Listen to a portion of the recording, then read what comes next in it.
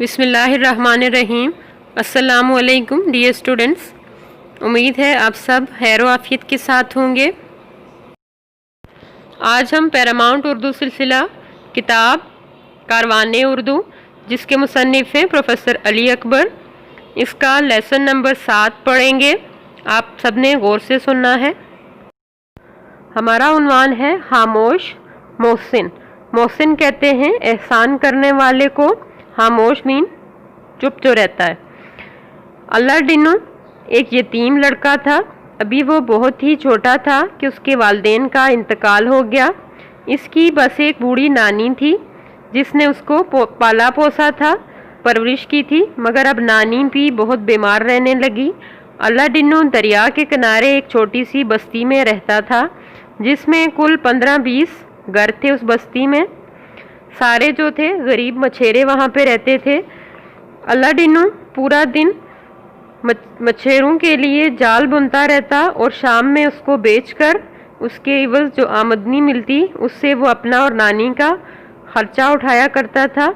نانی اس کی یہی سوچتی رہتی کہ اللہ ڈنو کیسے گھر کا خرچہ اٹھائے گا، جبکہ وہ ابھی چھوٹا سا ایک بچہ تھا، تو ساری ذمہ داری اس کے کاندھے پہ آ پہنچی تھی اور وہ نہ سن سکتا تھا اور وہ نہ بول سکتا تھا۔ ایک دن کیا ہوا، چاندنی رات تھی، دریا کی لہریں جو تھی وہ آہستہ آہستہ بستی کی طرف بڑھنا شروع ہو گئیں، یعنی قریب غالب تھا کہ دریا میں طوفان امڑ آتا۔ اللہ ڈنو کی بستی جو تھی وہ ایک پہاڑ پہ تھی اور باقی جو بستیاں تھیں، باقی جو گھر تھے وہ سارے اس پہاڑ سے نیچے تھے، یعنی آسانی کے ساتھ دریا کا پانی آتا تو ساری بستی اور اس کے مال مویشی لوگوں کو اپنے ساتھ بہا کے لے جاتا۔ اللہ ڈنو بہت پریشان ہوا، اسے سمجھ نہیں آئی کہ باقی لوگوں کو وہ کیسے اس کے بارے میں آگاہ کرے، کیونکہ وہ تو خود ایک پہاڑ یعنی چٹان پہ اس کا گھر تھا، اس کی جھونپڑی تھی، وہاں سے وہ آسانی کے ساتھ دیکھ سکتا تھا۔ اللہ ڈنو کے دماغ میں ایک بات آئی، اس نے اپنی جھونپڑی کو آگ لگا دی۔ سارے لوگ جاگ اٹھے شور کے ساتھ، جو جاگ رہے تھے وہ سارے بھاگے اللہ ڈنو کی جھونپڑی کو آگ بجھانے کے لیے۔ جیسے ہی اللہ ڈنو کے پاس آئے تو اس نے ان کو اشارہ کیا دریا کی طرف۔ سارے لوگوں نے دریا کی طرف دیکھا تو پتہ چلا کہ کچھ ہی دیر کے بعد طوفان امڑ آنے والا تھا۔